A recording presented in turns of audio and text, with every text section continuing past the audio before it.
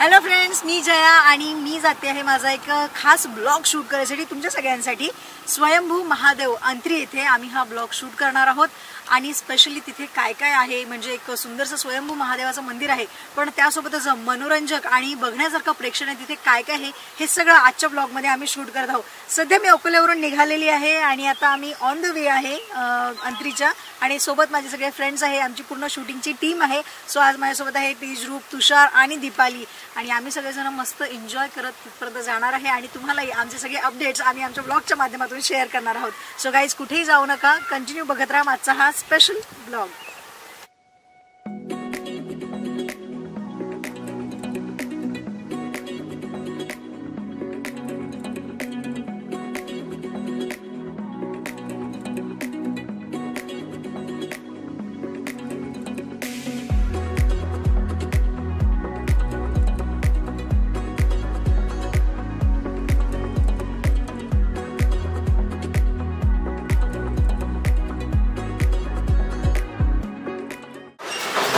सध्या मी आहे गायगावच्या स्वयंभू मांजार गणपती मंदिर येथे।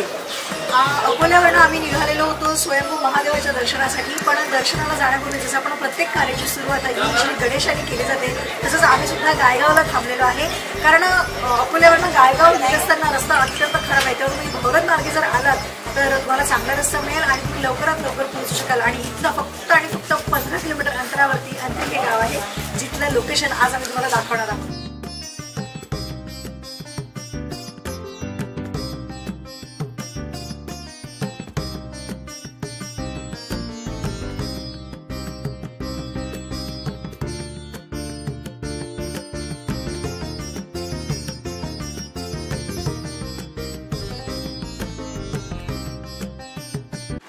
दर्शकांनो, सध्या मी गायगावचे जे फेमस चिप्स आहेत केळीचे, जे की वेळेवर बनवले जातात आणि ताजे ताजे चिप्स तुम्हाला इथे मिळतात, सो ते ठीक आहे। त्यासोबतच अग्रवालजींचे दाल बाटी पापलेट मस्तपैकी बनवूया, त्यासोबत चावल सब्जी ठेचा असं छान पद्धतीचे भंडारीची ऑर्डर सुद्धा इथे घेतली जाते।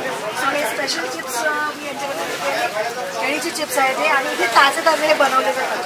तर चला आपल्या पुढच्या प्रवासाला निघूया।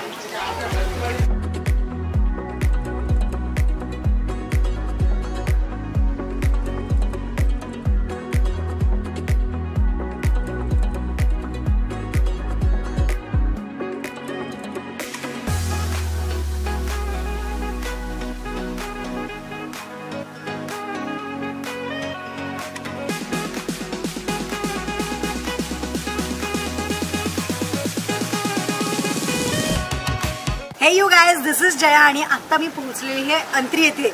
माझ्या मागच्या बाजूला तुम्हाला दिसतो की राधाकुंज नेचर केअर कृषी पर्यटन केंद्र आणि त्यासोबतच स्वयंभू महादेवाचं हे देवस्थान आहे। इथे जसं सामाजिक, सांस्कृतिक आणि त्यासोबतच मनोरंजनात्मक असं भरपूर काही आतमध्ये असणार आहे। अकोल्यावरून आम्ही प्रवासाला सुरुवात केली होती, अकोला, गायगाव, भरत, आणि आता अंत्रीला आम्ही पोहोचलेलो आहे। नेमकं आतमध्ये काय काय आहे हे सगळं तुम्हाला सगळ्यांना शो करण्यासाठी मी पण खूप एक्सायटेड आहे की आतमध्ये आणखी काय काय असणार आहे। आमचा प्रवास जसा मजेशीर आणि धमाल मस्ती करत झालेला आहे, तसंच आतमध्ये सुद्धा धमाल मस्ती करण्यासाठी खूप काही आहे। तर चला बघूया एक छोटीशी झलक।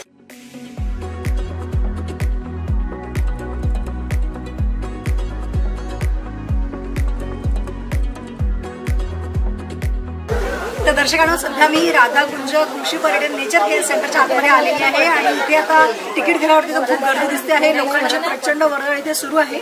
पण या ठिकाणी वेगवेगळ्या प्रकारचे पॅकेजेस आहेत, म्हणजे जर तुम्ही पूर्ण दिवस म्हणजे सकाळपासून जर इथे पोहोचू शकले नसेल तर मग तुम्हाला वेगवेगळ्या पॅकेजेसमध्ये तुम्हाला जसं पाहिजे तसं तुम्ही पॅकेज सिलेक्ट करू शकता। त्यामध्ये एंट्री तिकीट असतं, 3D सेल्फी आहे आणि खेळ खिलोणे असं जवळपास 100 रुपयाचं एक पॅकेज आहे। त्यानंतर ऍक्टिव्हिटी पॅकेज आहे, ज्याच्यामध्ये जस्ट डान्स आहे, फॅमिली गेम झोन आहे, खेळ खिलोणे आहे, किड्स झोन आहे, आणि त्यानंतर वॉटर वर्ल्ड मध्ये असणार आहे रेन डान्स, वॉटर पूल, वॉटर स्लाइड आणि वॉटर शॉवर असं याचे 2-3 प्रकारचे पॅकेजेस आहेत। आणि जर तुम्ही इथे स्टे करणार असाल तर त्यामध्ये तुम्हाला गोल्ड पॅक आहे, स्टे पॅक आहे, तर त्याच्यामध्ये सुद्धा जे चार्जेस आहेत ते अतिशय कमी दर यांनी ठेवले आहेत, म्हणजे अगदी 650 रुपयांपासून सुरुवात होते।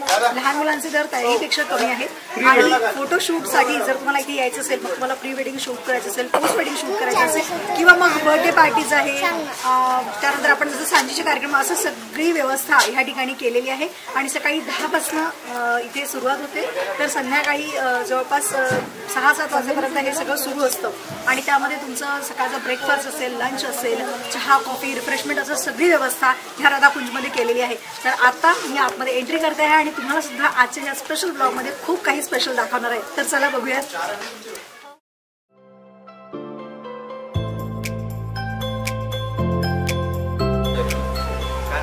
जयावरती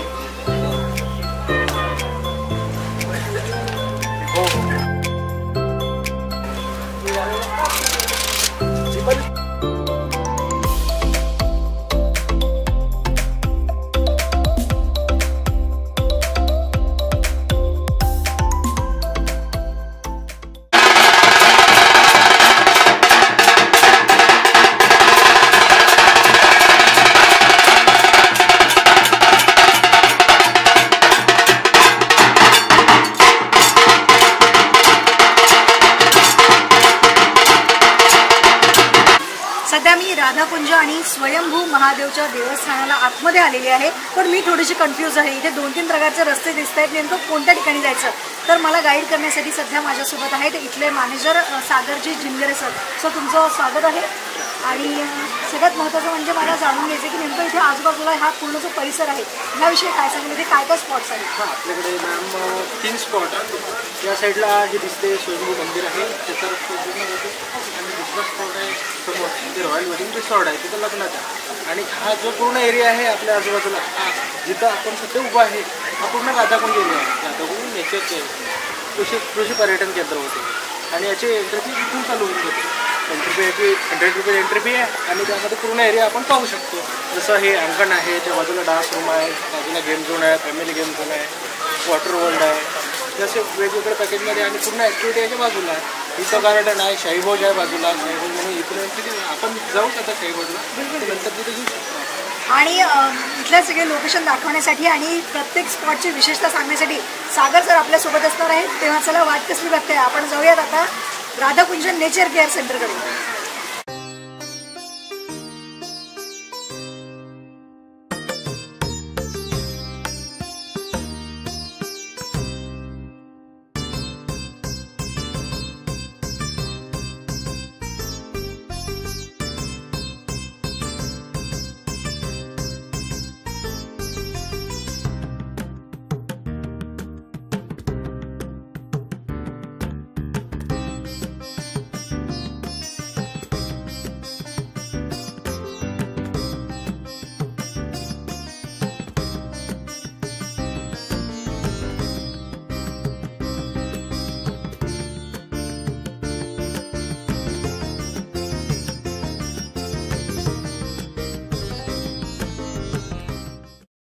दर्शकांनो राधाकुंजमध्ये तर आम्ही आलेलो आहे. इतके सुंदर लोकेशन आहे आणि इतकं सुंदर ठिकाण आहे. पण अकोल्यापासून इतकं जवळ असलेलं हे अंतरी गाव खरोखर हे आधी असं नव्हतं. इथे एक प्राचीन स्वयंभू शंकराचं मंदिर होतं जिथे की महादेवाचं एक पिंड आहे आणि त्यावरच लोकांची श्रद्धा होती. पण याला कशा पद्धतीने आता नवीन विकासाच्या दृष्टिकोनाला समोर ठेवून कसं याला डेव्हलप केलेलं आहे तर त्यासाठी आमच्यासोबत चर्चा करण्यासाठी आहे. तर या संपूर्ण राधाकुंज नेचर केअर सेंटरच्या संचालक अरविंद देठे सरांचे सुपुत्र तसेच ह्या संपूर्ण नेचर केअर सेंटरचे आर्किटेक्ट माननीय विजय देठे सर. सर तुमचं स्वागत आहे. आणि सर आम्हाला सगळ्यात आधी जाणून घ्यायचं आहे इथे तर फक्त एक स्वयंभू शंकराचं मंदिर होतं. ही संकल्पना कशी सुचली की आपण याला एक नेचर केअर सेंटर किंवा कृषी पर्यटन केंद्र करायचं म्हणून. हे ॲक्च्युली माझ्या बाबांनीच म्हणजे पहिले इकडे फक्त शेत होतं आणि प्राचीन मूर्ती होती पिंड आणि प्राचीन मंदिर होतं. त्याच्यानंतर बाबा आता सर तुम्हाला बरोबर सांगणार हिस्ट्री त्याची आहे. पण तिकडून ते एक पहिले मंदिर डेव्हलप झालं मग त्याच्यानंतर बाकीचा परिसर डेव्हलप झाला म्हणजे लोक येणं सुरू झाले. आम्हाला असं वाटलं की याच्यात स्कोप आहे. आणि जसं शेगावमध्ये आनंद सागर आहे त्याच्यावरून आम्ही खूप म्हणजे इन्स्पायर्ड झालेलो आहे. त्याच्यामुळे असं आलं की शेगावला जर एवढे लोक येतात तर आपल्याकडे येऊ शकतात आपण जर तसं डेव्हलप केलं तर पहिले छोटीशी जागा होती लोक यायचे जेवण करायचे.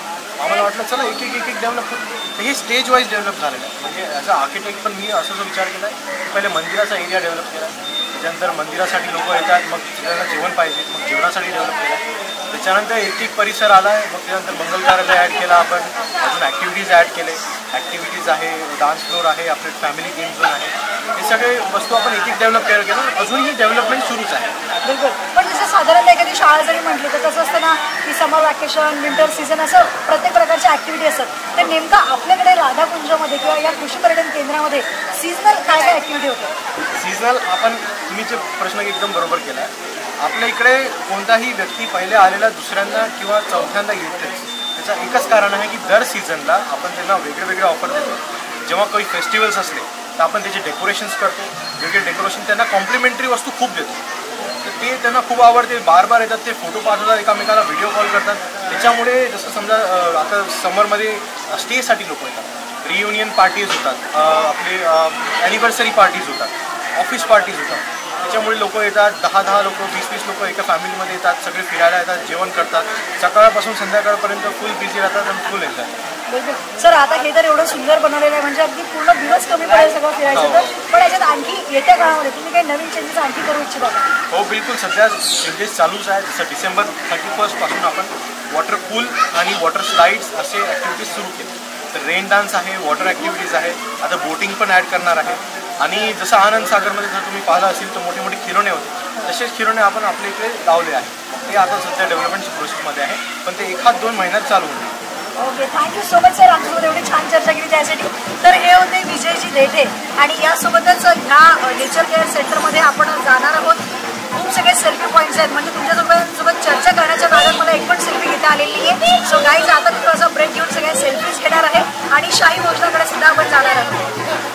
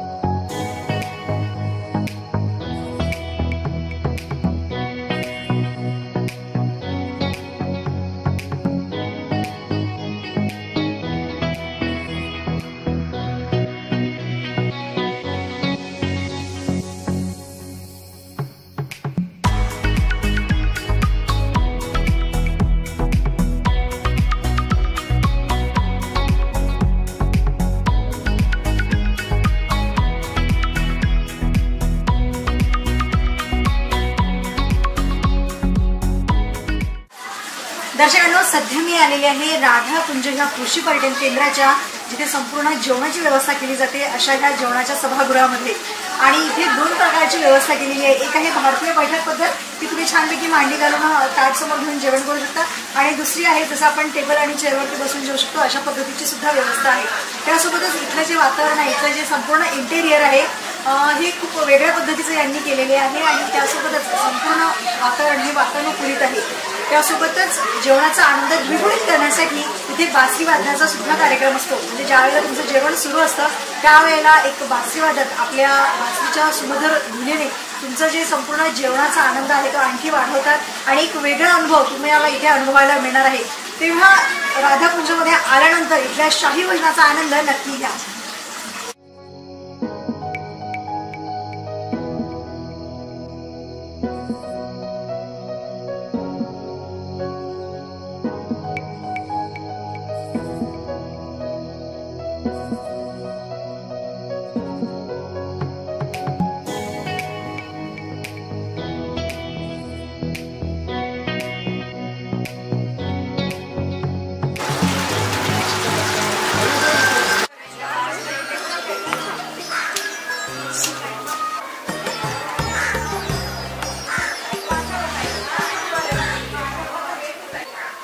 कृष्णकुंज फिरता फिरता अगदी जिथे शाही भोजनाची व्यवस्था केलेली आहे त्याला लागूनच सेवा कुंज आहे.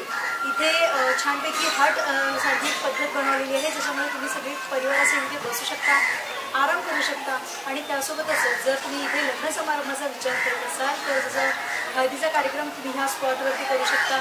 त्यासोबत जर सांजेचा कार्यक्रम तुम्हाला करायचा असेल किंवा नामकरण सोहळा असेल तर असे सगळे कार्यक्रम तुम्ही ह्या स्पॉटवरती करू शकता. अतिशय सुंदर हा स्पॉट आहे. इथे हटची एक वेगळी योजना केलेली आहे, त्याच्यामध्ये छोटे छोटे स्पॉट बनवलेले आहेत आणि सगळेजण या निसर्गरम्य वातावरणाचा आनंद घेऊ शकतात. राधाकुंज नेचर केअर कृषी पर्यटन सेंटरच्या आता मी डान्स फ्लोअरवरती जाते आहे तिथे कदाचित खूप सगळी धमाल मस्ती सुरू असेल, ती सुद्धा तुमच्या सगळ्यांसोबत शेअर करणार आहे. त्यासोबतच rain dance, water slide, swimming pool असं बरंच काही अजून दाखवायचं बाकी आहे आणि खूप सगळे गेम्स जे इंडोर गेम्स आहेत ते सुद्धा अजूनपर्यंत बाकी आहेत. तर चला बघूया आतमध्ये काय काय धमाल मस्ती आहे ते.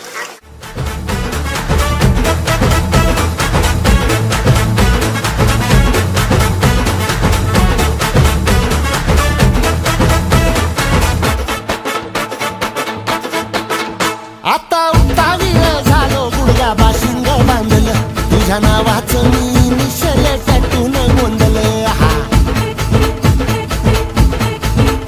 आता उत्तावीळ झालो गुडघा बाशिंग बांधलं तुझ्या नावाचं मी निशल टॅटून गोंधलं. हात भरून आलो या, हात भरून आलो या, लई दुरून आलो या, अन करून धाडी भारी परफ्यूम मारून आलो या. अग समद्या जोरात लई जोरात रंगात आलं या. झाले झिंग झिंग झिंग झिंग झिंग झिंग झिंग झिंग झिंग झिंग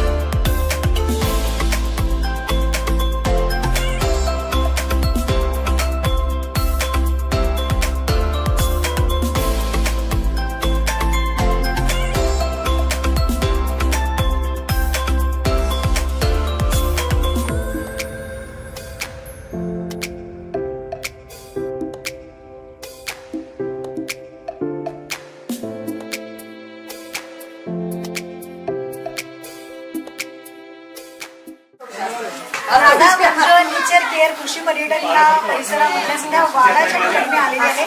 संपूर्णपणे वाड्याचा लुक याला दिलेला आहे. छान वाड्यासाठी सजावट इथे केलेली आहे आणि हे खूप सगळे सेल्फी पॉइंट्स पण आहेत. सगळे फोटोज इथे क्लिक करू शकता.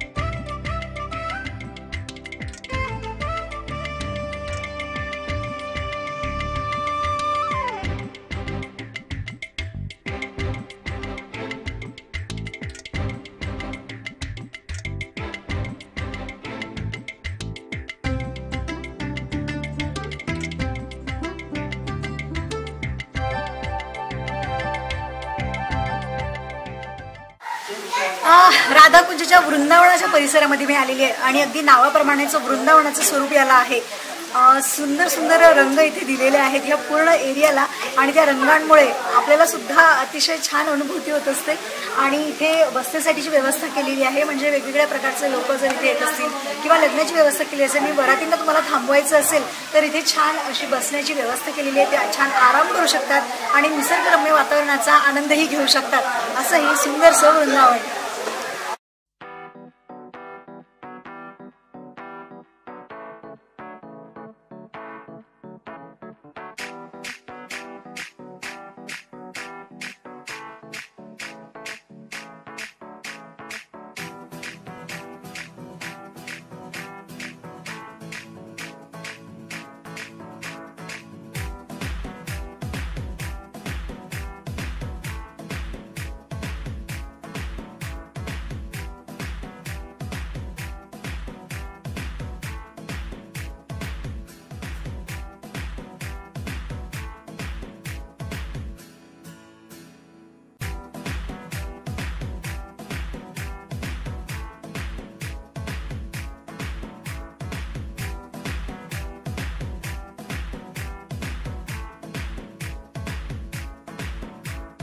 राधाकुंजच्या ह्या वॉटर स्लाईड एरियामध्ये सध्या मी आलेली आहे. स्विमिंग पूल आहे, रेन डान्स आहे आणि खास करून लहान मुलांसाठी मस्तपैकी पाण्यात भिजण्याची व्यवस्था सुद्धा केलेली आहे. तर स्विमिंग पूलच्या आतमध्ये न उतरता ही मुलं रेन डान्सच्या माध्यमातून इथे खेळण्याचा मस्तपैकी आनंद घेऊ शकतात. इथे वेटिंग रूम सुद्धा आहे, चेंजिंग रूम सुद्धा आहे आणि लेडीज जेंट्स अशी सगळी व्यवस्था इथे केलेली आहे.